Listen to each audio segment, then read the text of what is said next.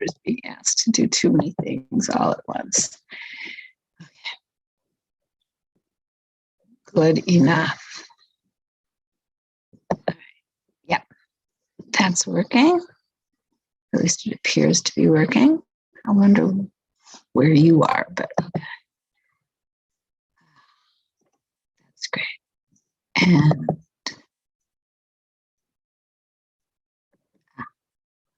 I need to be on the Zoom itself, being live streamed. Got it.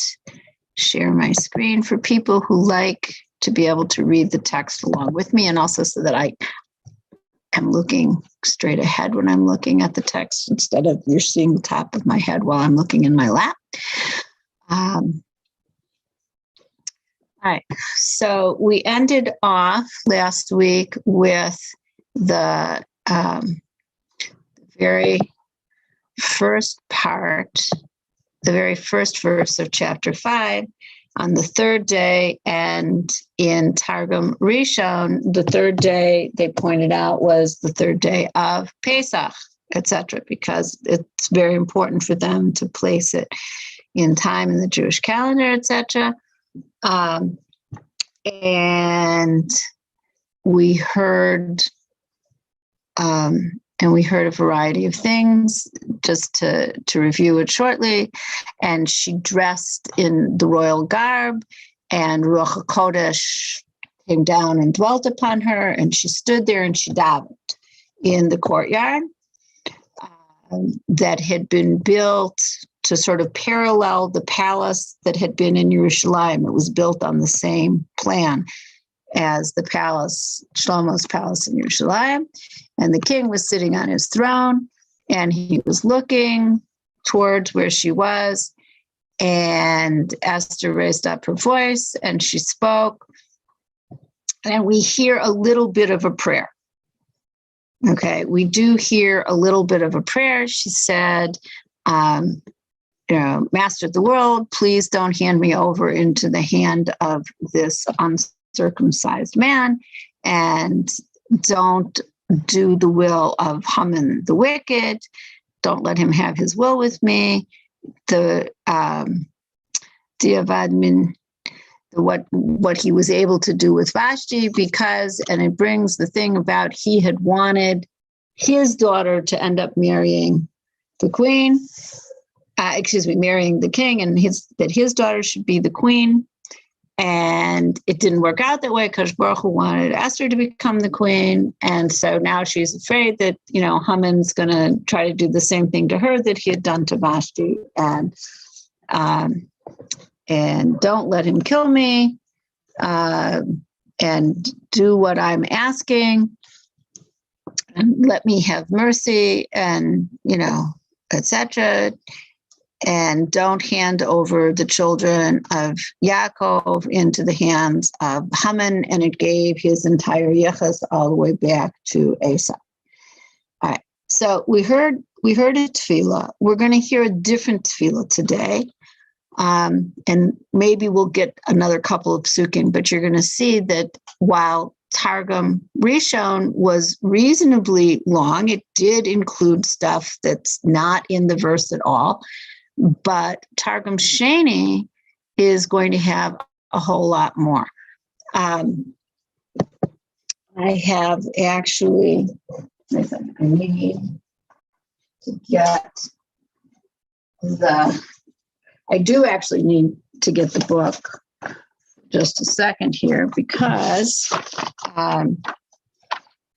the very beginning, the first few words of chapter 5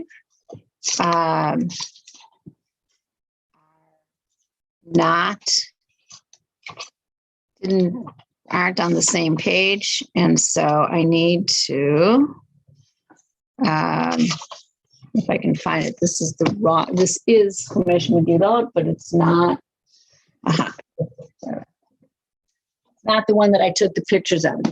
It's one that has all of Targum Sheni all together at the back, the way many of them do, as opposed to this one, which is more or less in place. So I apologize, but just the very first few words of Targum Sheni are at the end of the document that I already sent you for chapter 4.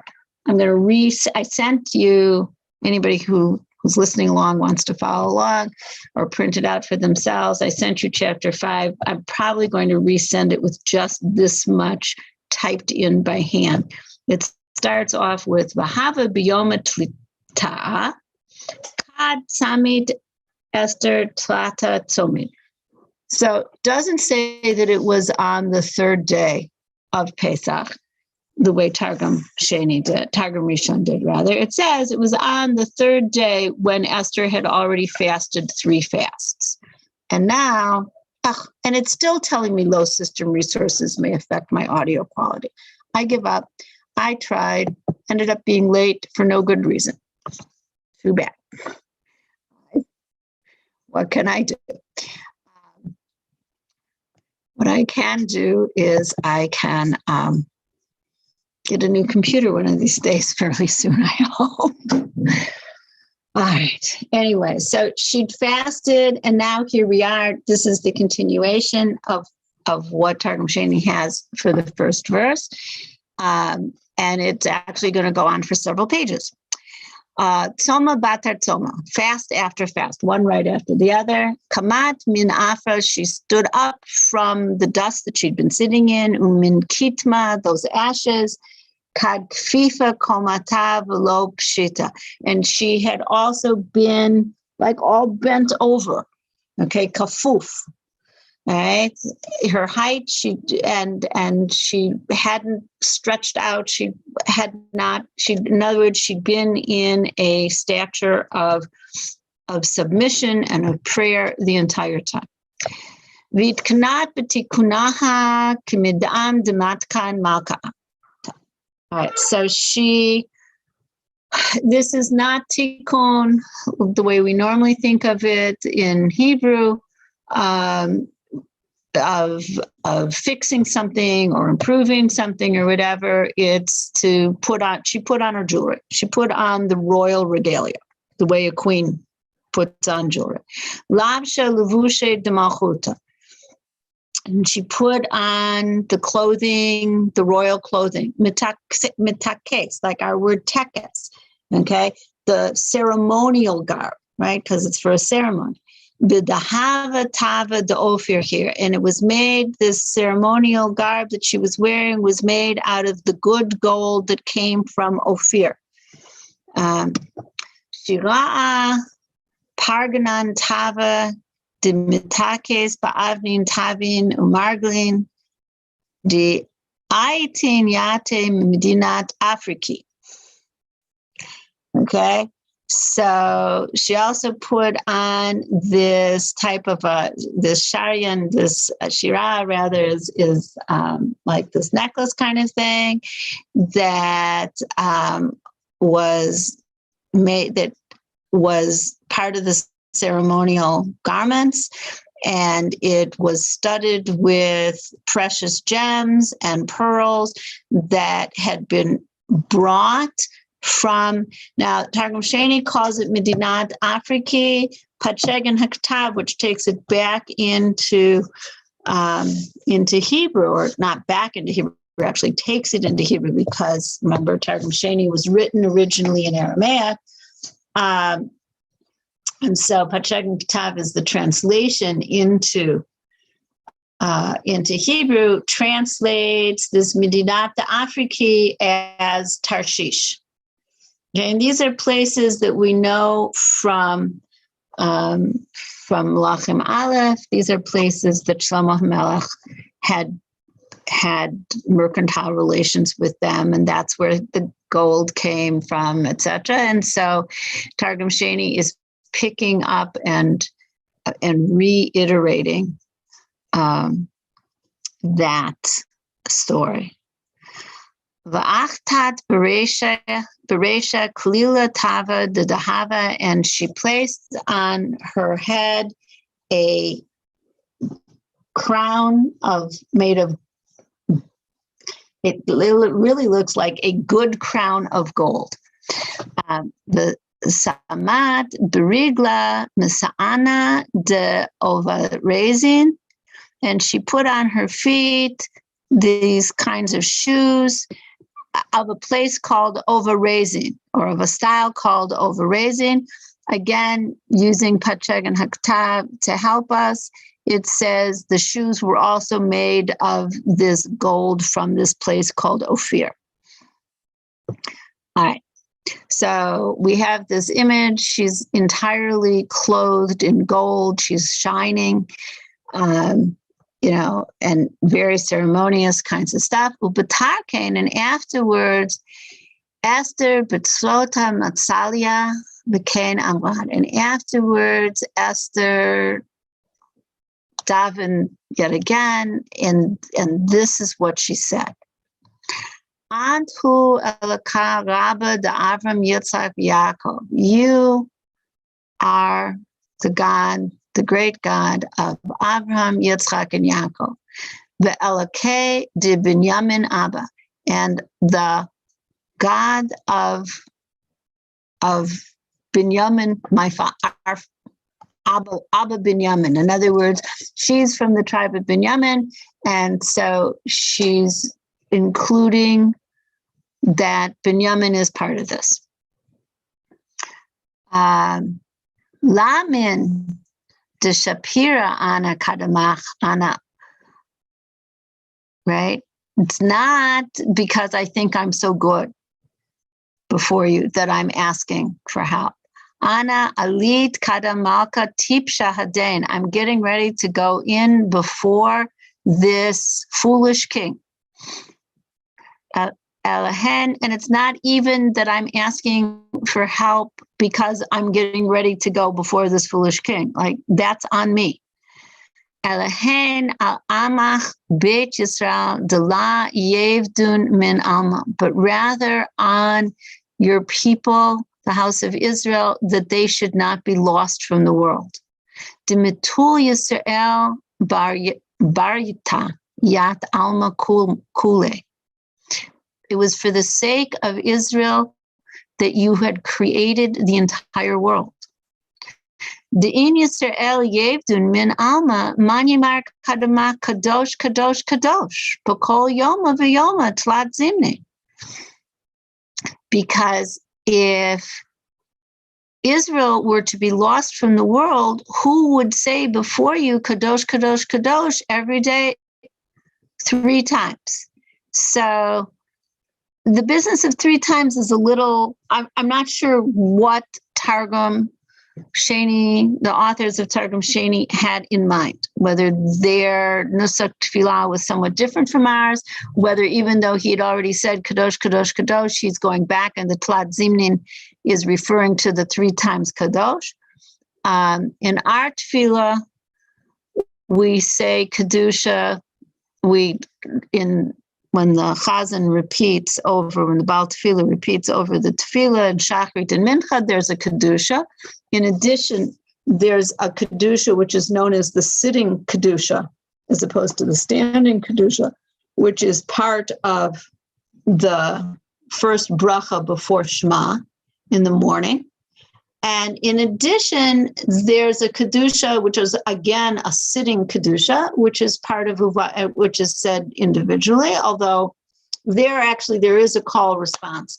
The Baal Tefillah speaks it out, and then everybody keeps going. Everybody just gets up to the same place, and then he calls it out. But that's the one in the prayer of Uvalat Sion, which is after. At the end, on Shabbos, we say it at Mincha time, but during the week, we say it after Shemona Esrei. And there, it's given, the Kedusha is given both in Hebrew and in the Aramaic. But so it's 4 times. And the reason that I know, the reason that even came up to me that I know that it's 4 times, is that we use the word tzaddik as, we call it a notricon. We use the word tzaddik. Each letter of the word tzaddik stands for something. So tzaddik stands for, you're supposed to make, it's the number 90, you're supposed to make 90 brachot a day. And the Daled is you're supposed to answer or say Kedusha 4 times a day, not 3 times a day. That was where I got confused about this Tlat Zimnin, right? And the Yud is you're supposed to respond to Kaddish 10 times a day, right? To say Yehei Shmei Rabbah 10 times a day. And the Kuf is you're supposed to answer Amen to someone else's bracha 100 times a day. And somebody who does that, obviously with Kavanah, is on his way anyway to being of the stature of tzaddik. And so that's a mnemonic device that we have. And so I knew this thing about the Daled referring to Kedusha, and so I was very confused that it said 3 times. So not sure whether this goes back to the time of the Gaonim, and I'm not sure which one of the 4 was missing that he said 3 times. Or again, like I said, maybe his notion of 3 times is to go back on, again, reiterating the Kadosh, Kadosh, Kadosh. At any rate, the Targum Sheni now goes on, and it says, Ki mid'am deshezarta Chananya. Now we're going to have an entire page. So there was a lot of white space. Mishael v'Azariah min atu nura yikidata. Just as you saved Hanani, Mishael, and Azariah from the fiery furnace, that's where Nebuchadnezzar had put them in. And V'yat Daniel min gova da Aryavata. And you saved Daniel from the lion's den. In the time of Koresh.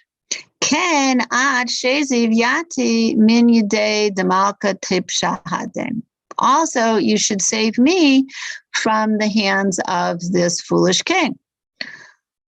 But she'd already said, not for her own sake, but for the sake of Am Yisrael, she should be saved. Ugumol imi china v'chista be'enai. And you should cause me to be repaid, right, by means of having grace and kindness in his eyes.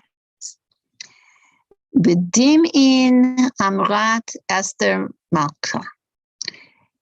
And now, if people who have time to be able to actually follow along with me and to look at it rather than just for listening, which is fine either way, but this is now going by the Aleph Bet. And Targum Sheni has done this to us before, particularly back in chapter 1, repeatedly. We went from Aleph to Taf, from Taf to Aleph, and from Aleph to Taf again.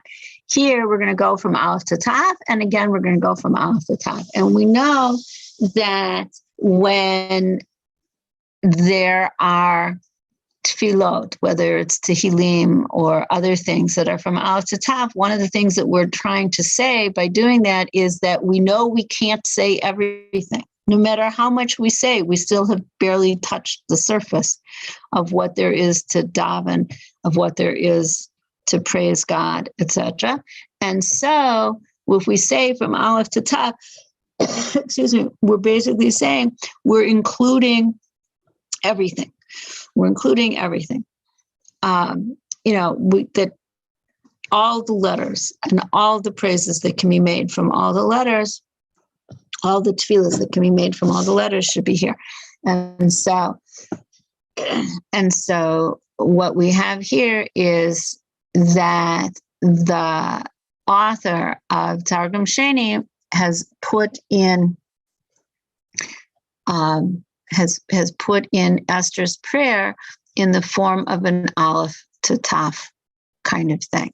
So with tears, Amrat Esther Milta, B'tachnunin Sidra Tzlota.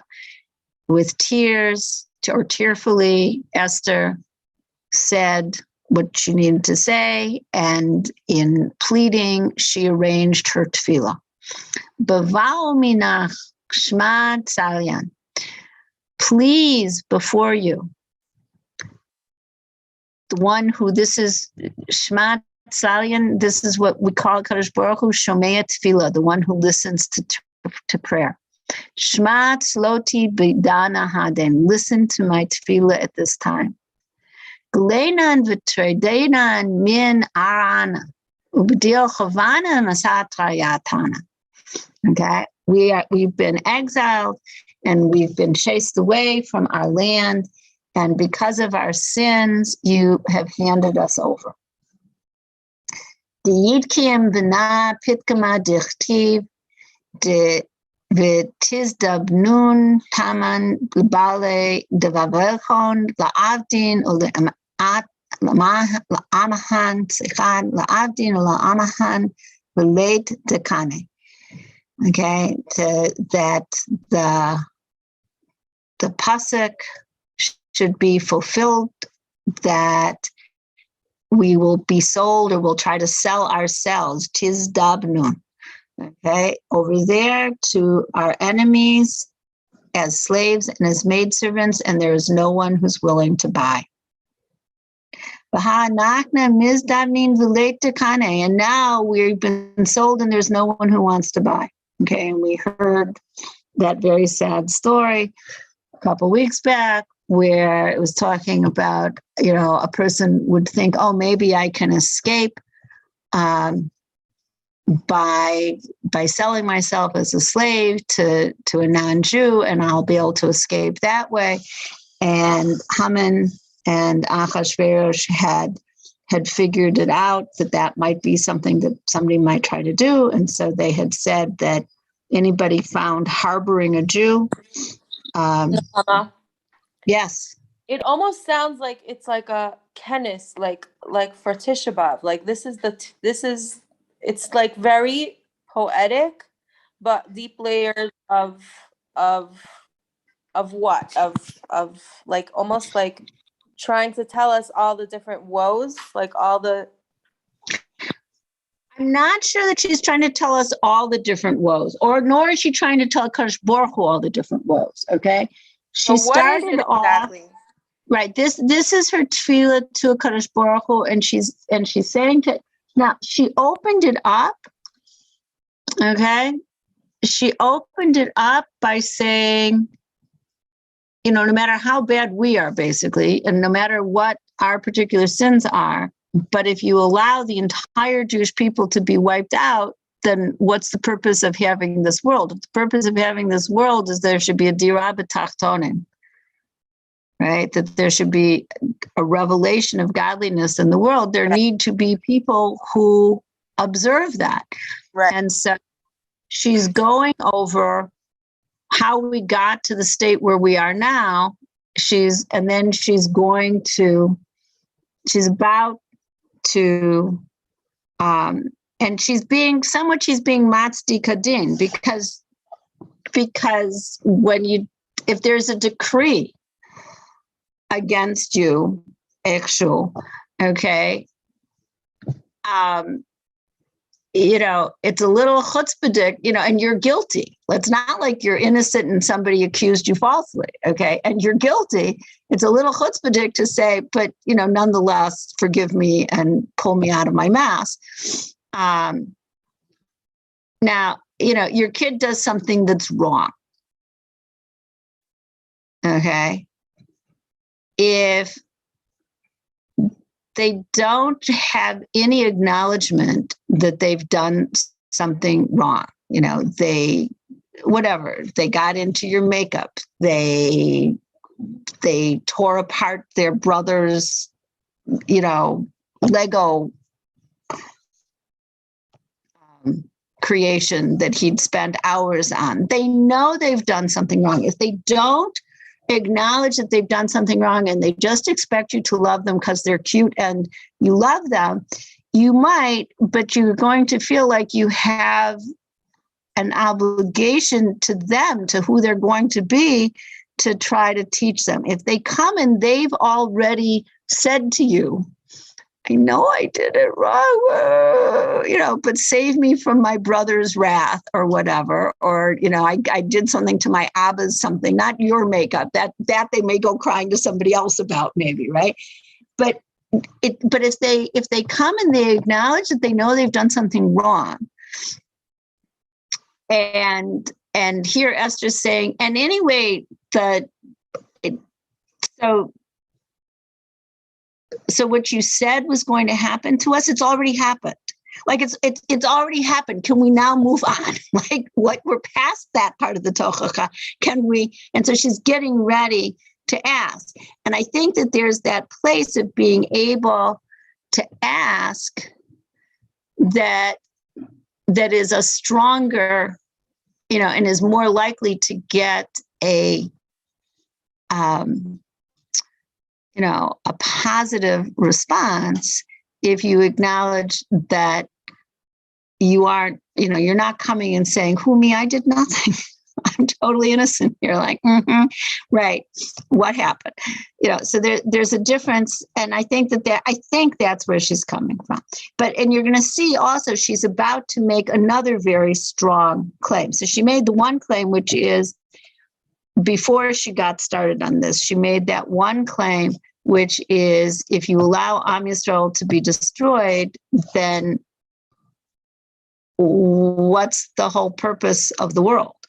So that's already almost chutzpah, not quite, but almost. Okay, and she's about to do another one, and so I think that this is a balance that's going on. So she's about to, and she's this, like I said, we heard this part of this anyway already. And now it says, V'data nafka l'katala, but there's a law that's been promulgated to kill us. V'kulana mitmasrin l'charba l'ktolo, and all of us have been handed over to the sword to be killed. L'shetzia gmira chachada, and to be totally wiped out, all of us together as one. Zared Avram, the seed, who are we, right?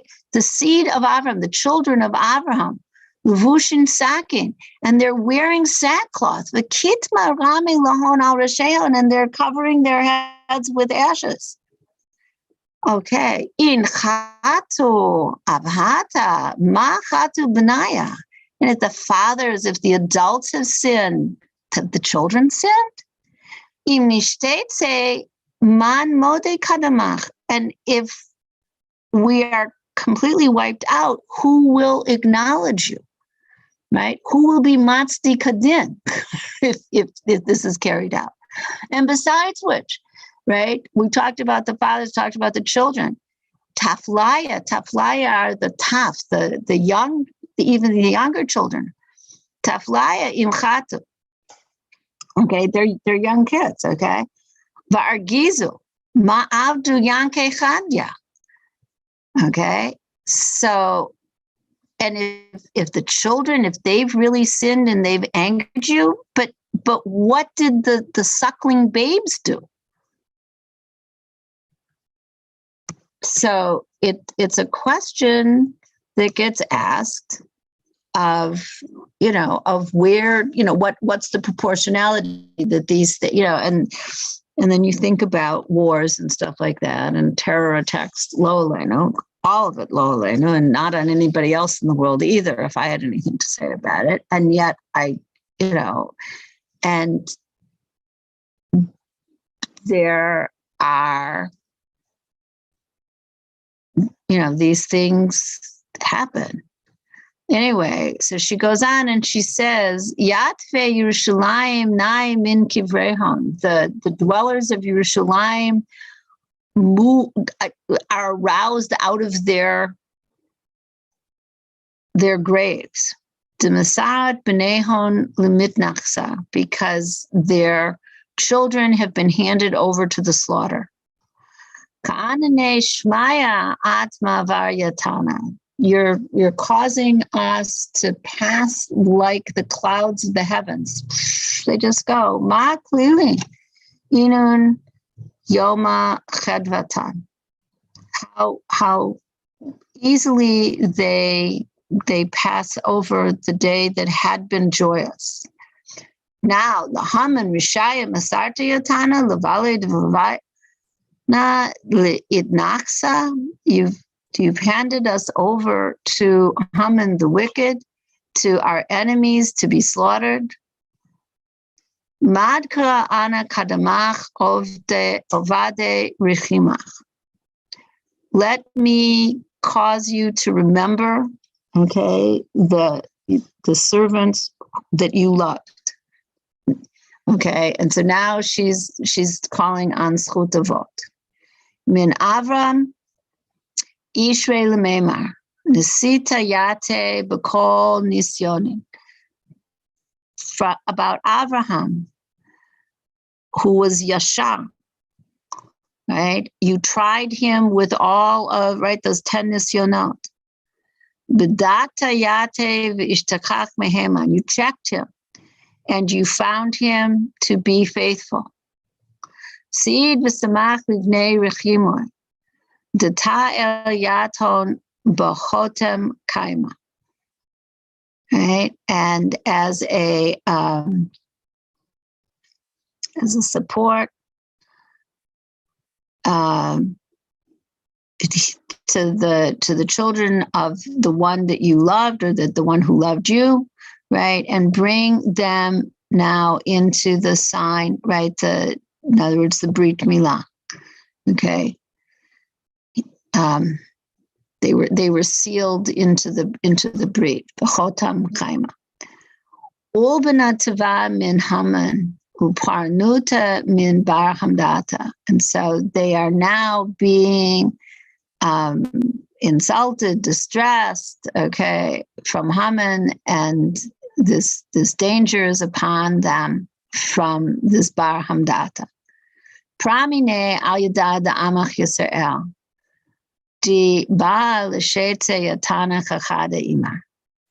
So take payment exact payment against him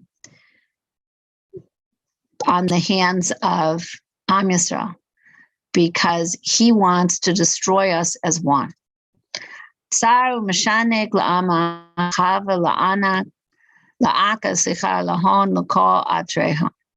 And he is an enemy, and he's malchitz to your people, and he's distressing them in every place that they are. Kiam alma kiamata imana. So keep the word, the brit, that this eternal brit you have made with us. And now, so that's about Avram. And now what about Yitzchak? Akedat Yitzchak tizkof yatam. So that's also part of this eternal covenant that we have. Okay, based on the Akedah. Ramah Haman Kaspa Lamalka Lemizban Yatana Basar Alfin Kikarin Diksa. Haman offered up, right, Nasa, right, Ki Tisa. He offered up the silver to the king to buy us at 10,000 of kikar of kesef.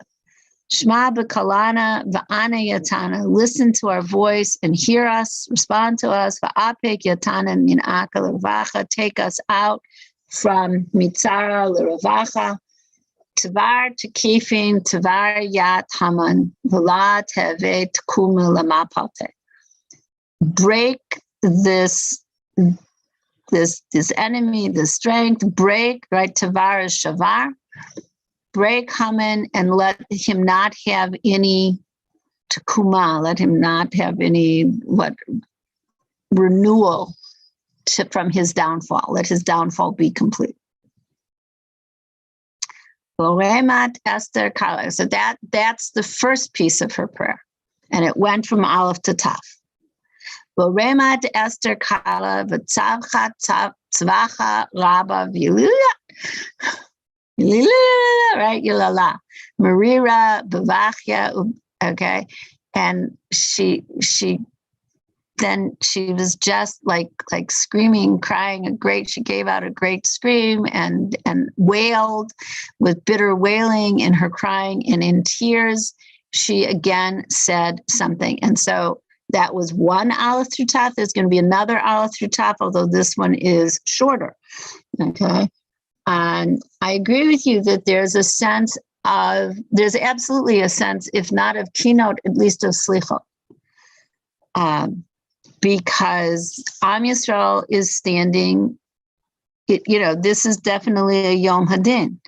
And she's taking the case back, she's taking the case to the highest court that there is.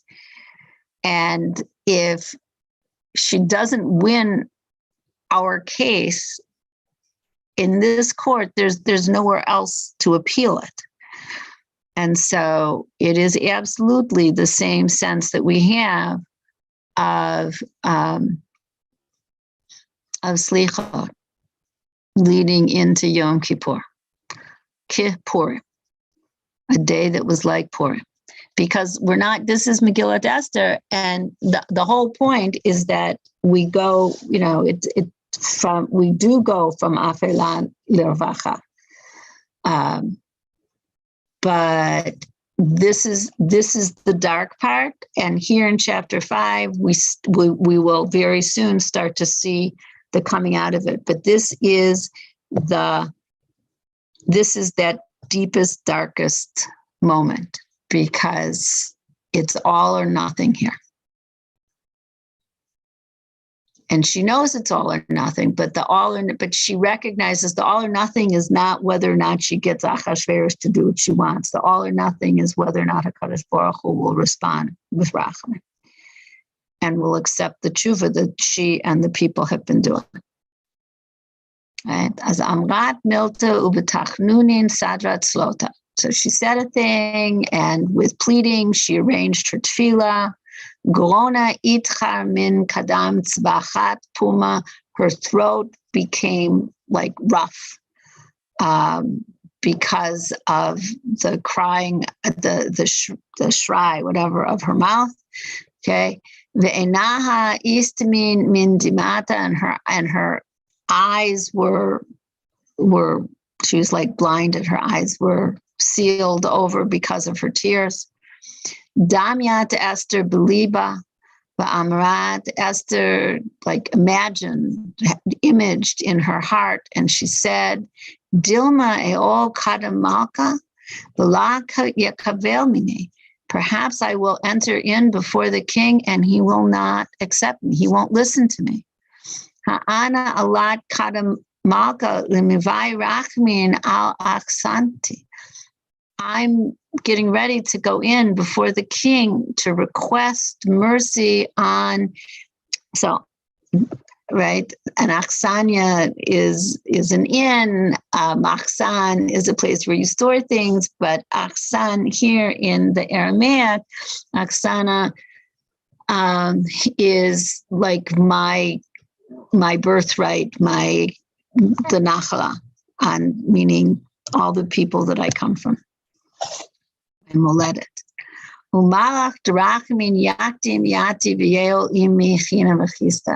Let a angel of mercy precede me and bring in along with me this chen and chesed. Zechuta de Avraham teo kadamai. Let the merit of Abraham enter before me. Akedat. Go, keeps going. Akedat Yitzchak Tizkov Yati. Let the Akedah of Yitzchak give me the ability to stand up straight, to face what's coming. The Chista de Yaakov Tichahav Bapumi, and let the Chesed of Yaakov, such an interesting word, right? We don't normally think of Chesed and Yaakov as going together. Let the Chesed of Yaakov be given into my mouth.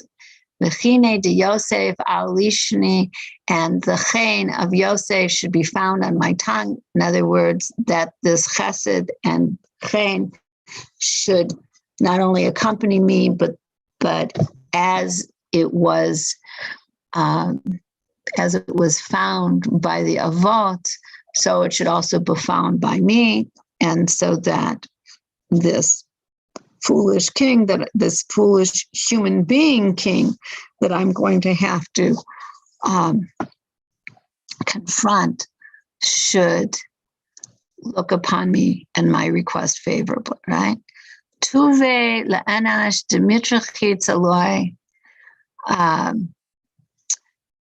So that the one of the person who mitrachitz aloi, that its goodness should be for the person that beseeches, beseeches rachamim on himself or on right. V'la bahit kol derachitz be, and it shouldn't be that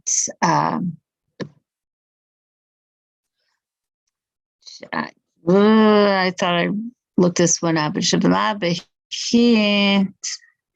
anybody who wants to do anything bad to him, right? So the Hebrew lo yivosh. Oh, bahit is yivosh. That's right. Okay, that the person who trusts in a Kadosh Baruch Hu, right, should not be, bahit is like yivosh, should not be embarrassed, should not be ashamed. Yemine usmale tifshadli, let the right and the left, in other words, let his right and his left support me. That with the right and the left, he created the entire world. We're talking about a Kadosh Baruch Hu, okay? And so the Chesed and the Gevura is usually what we understand by right and left. Kol Yisrael bayan alai rachamim. All of Israel are davening for me that there should be mercy. Da'al tuvatchon ana kasmichna, because it's on your goodness that I am relying. Excuse me, it's on all's goodness, which is actually interesting because it's plural here. Okay, so it's like she's turning to Am Yisrael and saying that Alechon Ana Ba'aya, and again there was just a little bit on one page, and now there's another whole page. Okay, Ba'ya Rachmin, it's on you, because she's turning now to Am Yisrael. It's on you, Am Yisrael, that I am requesting. I am requesting rachmim. Midam de mitchanen anash kadam kudsha brichu mishtameat slote beidan akte. That whenever a person, we know that whenever a person pleads before the Holy One, blessed be He, his prayer is heard at the time of his tsar, at the time of his difficulty. Let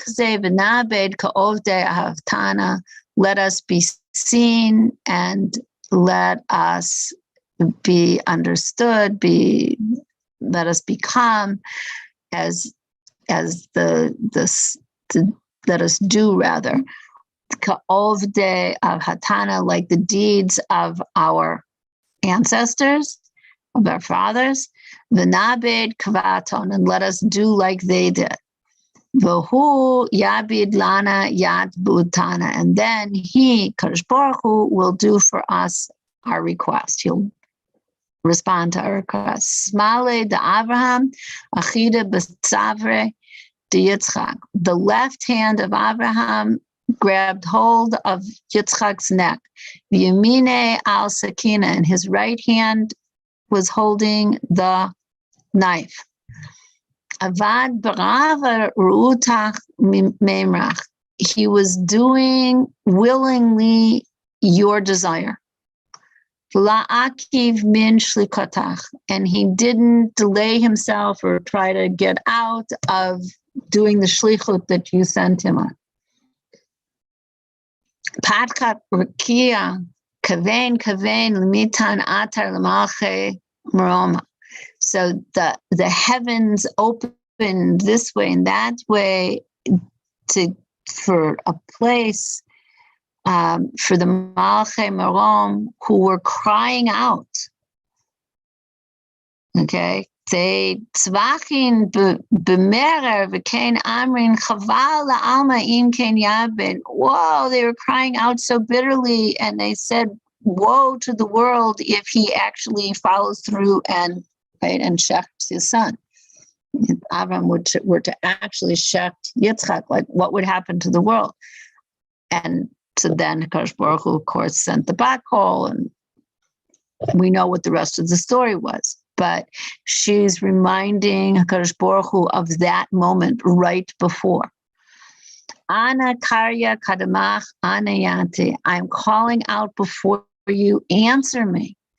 Da'at ane lekol man dachikle, because you answer everyone who is in this place of lachatz, this place of pressure, of being pushed into a corner where there's no escape other than you, right? Lekol man da'aikinle, anybody that they that is oppressed, that others oppress him. Va'at chaze la'akat nafash. And you see the oppression of his soul.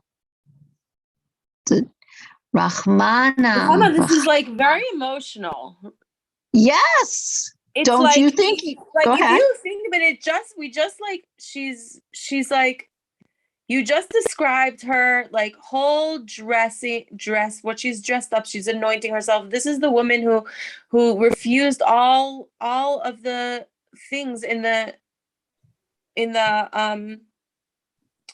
right in the harem. She only took what they told her she had to take. She didn't request anything on her own. That's and correct. She's like essentially going to stand before this very unstable individual who's off to the head of his last wife for a very minor thing, and she's hidden her identity this entire time and going basically to like reveal herself and get and save the Jewish people.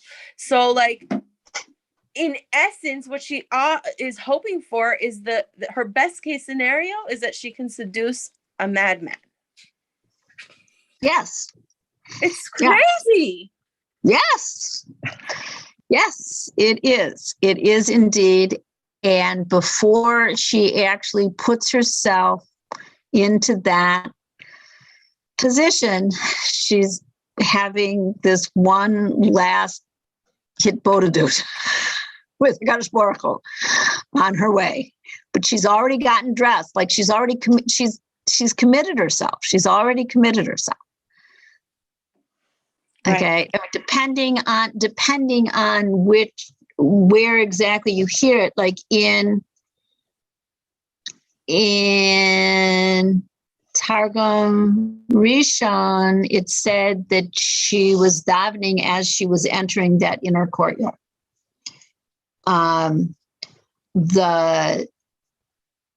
don't think we're hearing it in either of the Targumim, so I'll bring it. It's part of the Medrash on Esther, or at least it's part of the Medrash on Perek Ch5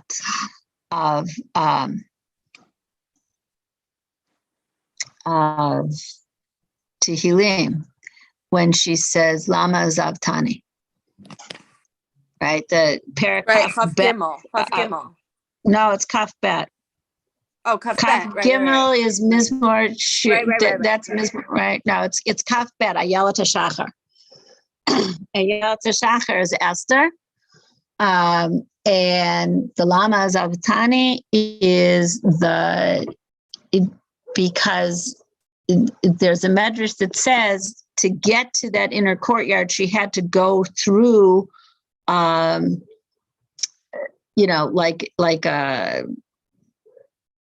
lost my word in English. It like a reception hall.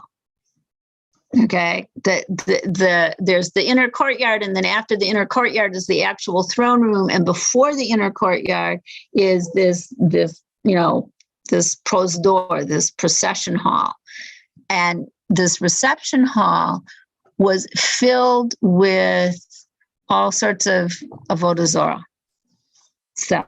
And so the Medrash on Tehillim says, why did she, that she had felt herself, as it were, accompanied by, right, the way Targum Rishon had originally said, right? She felt the Ruach HaKodesh, she felt supported and accompanied by Kadosh Baruch Hu, or by the Shekhinah, or by his angels, or whatever, however she was imagining it and however she was experiencing it. And she got to that room that was before the inner courtyard, and it all went away because of the Avodah Zarah.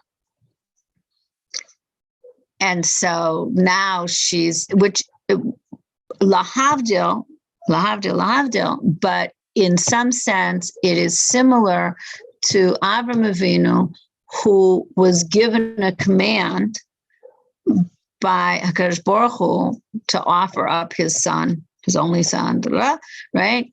Yitzchak. And then, and he goes to start doing it, and they travel for 3 days. And on the pasuk, he raised up his eyes and he saw merachok. He saw it from afar. There's a parshanut on that says that all of that time, from the moment that the nevuah ceased, giving him the command, until the moment that he saw some presence hovering over Har HaBayit, for that 3 days of travel, he had no sense of God being with him. And yet he stayed focused on, I absolutely believe that what I heard from God. He didn't question, he kept going. And then he lifted up his eyes and he saw, as it were, from afar, because he still didn't feel the closeness. And so Esther, in her own way, is going through that kind of an experience.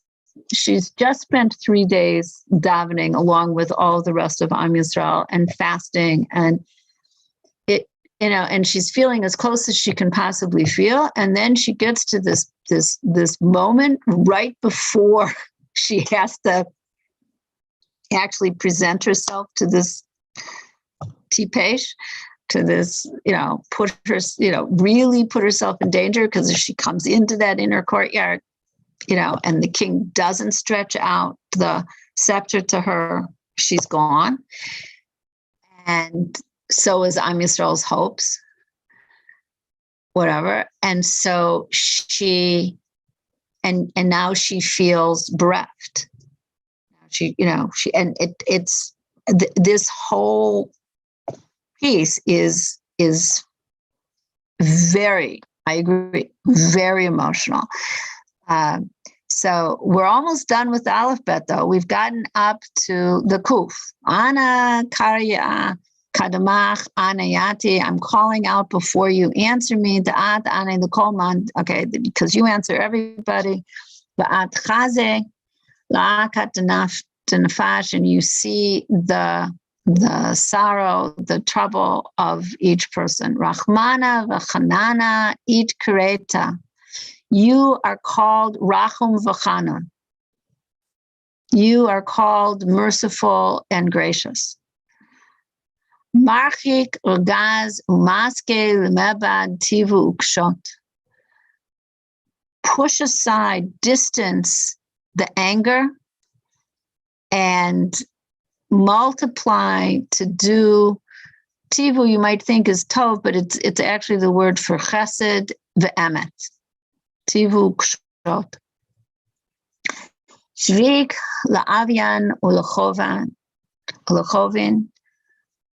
Leave aside their sins. So avyan is like avon. It's a deliberate sin, and chovin are more like the chatayim, the sins that people do not so intentionally. Natar kiyama v'chista l'rachmoi u'lenatre pikudoi. Keep the covenant and have chesed for those who love you, love rachamoi, the ones who love him, love God. Okay, you are the one who is shomer habrit. Okay, and chesed for the ones who love him. You are that one at ulinatre pikodoi, and the ones who keep his commandments, oraita of the Torah, la'alfei darin, for thousands of generations. Va'af lahavatana dilana rachum it kreta, and also for our forefathers that called you, and if not for our own sake, if we still haven't merited this, then at least do it for the sake of our forefathers who called you Rachum. Hadein hu kayama de kiyamte imhon.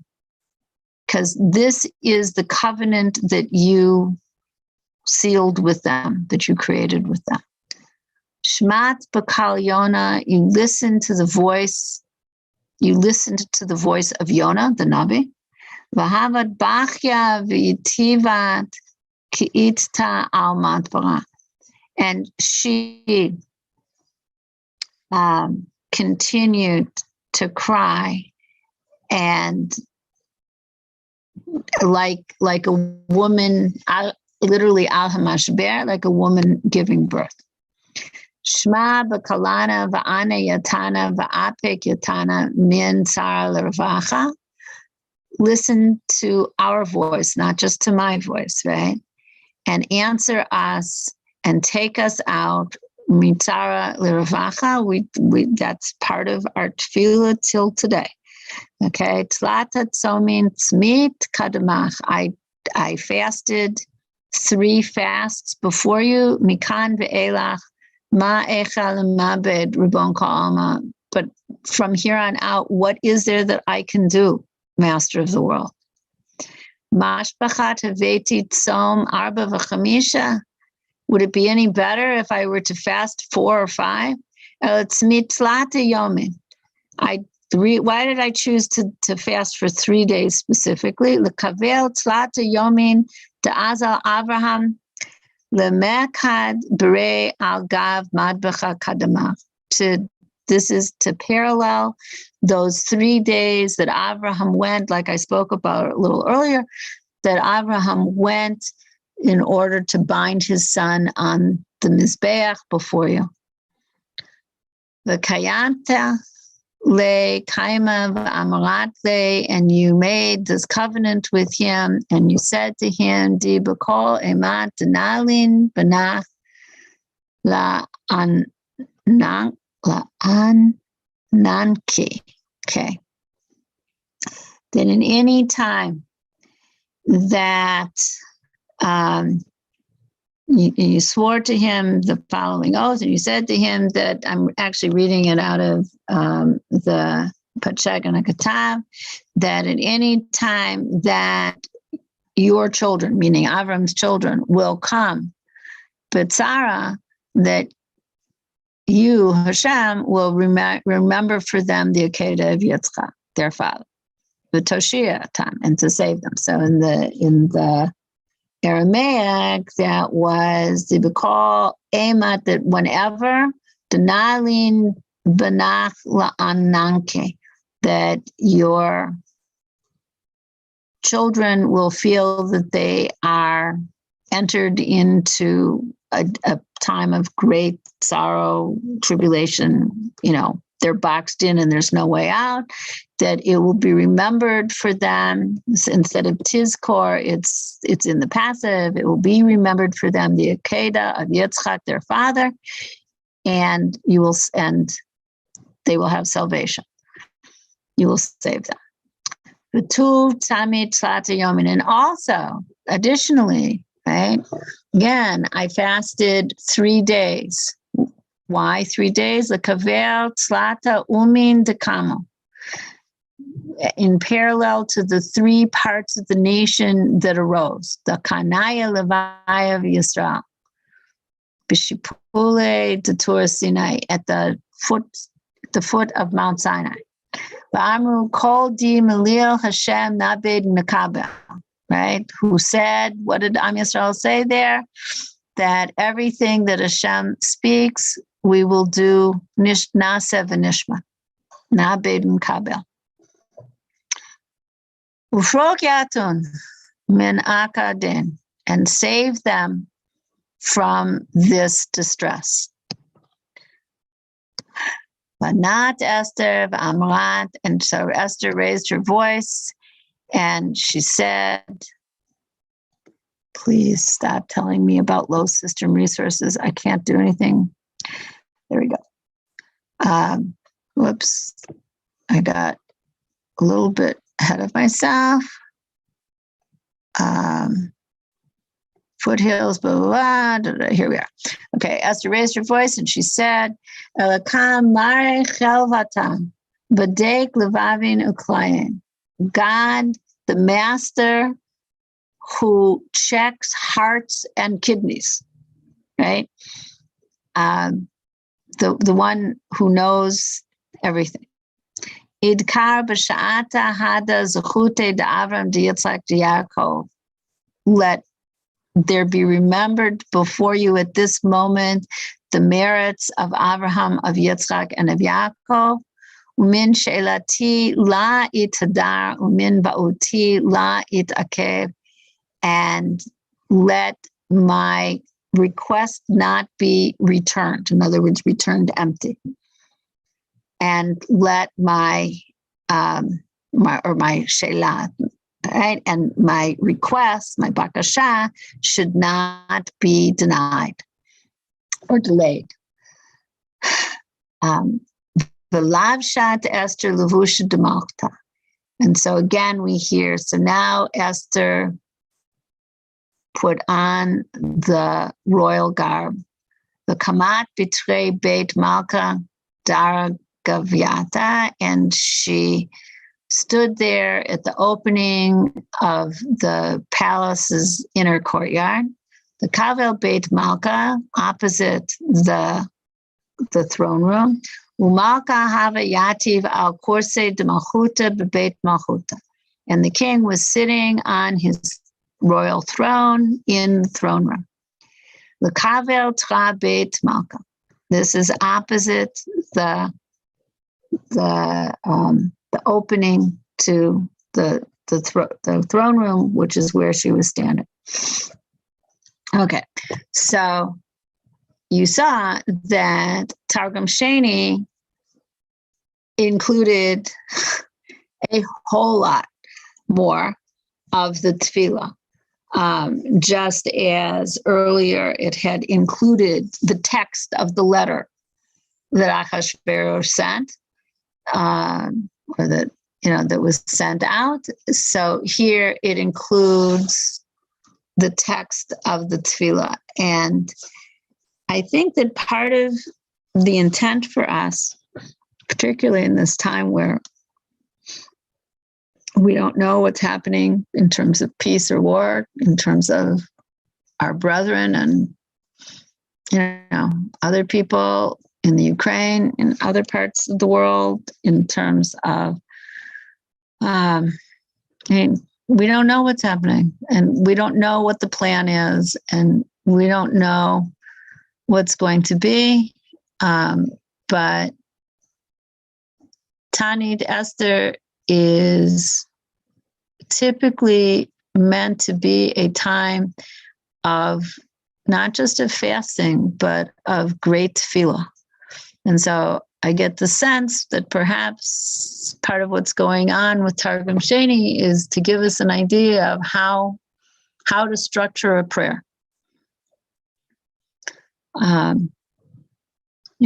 How to pray on behalf of the other, not just on my own behalf. Not to have tunnel vision, but to try to see as big a picture as possible and how it affects the meaning of the world and and what we're meant to do in it. Anyway, so I think that's a big piece of what they're doing by bringing in all of this tefillah. And, there are people who, for the last, 15, 20 years at least, who use it as a day to daven on behalf of, particularly on behalf of women, but on behalf of people who are abused, who are in abusive situations, lo leinu. And we should just, before we see that we get answered, because on Purim we get answered, but we should try to place ourselves in this emotional place of, I have nowhere else to turn but to God. And there are no shortcuts. And while I have to do my hishtadlut, the result of my hishtadlut is totally dependent on God. Okay, so the question is, do you want to go on and do another 1 or 2 verses? Do you have time to do a little more today? Or is this is the beautiful. biggest part? That was really, really, really beautiful. Okay, this is the biggest part of chapter 5. The rest of it will be more in line with the story. So even though we only got through 1 verse, I'm hoping that in the next 2 weeks that we'll come close to finishing chapter 5, if not absolutely finishing it, so that we've at least gotten that much done before Purim. But it's amazing. Yeah.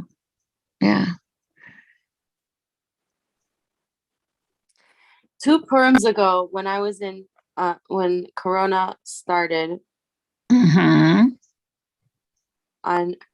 Tanis Esther, I found out that my 18 weeks fetus didn't have a heartbeat. Wait. Wait a second, before you go on, do you want me to stop the recording? Yes, let's stop the recording. That's a good idea. Okay, it sounded like for a minute, like we're getting very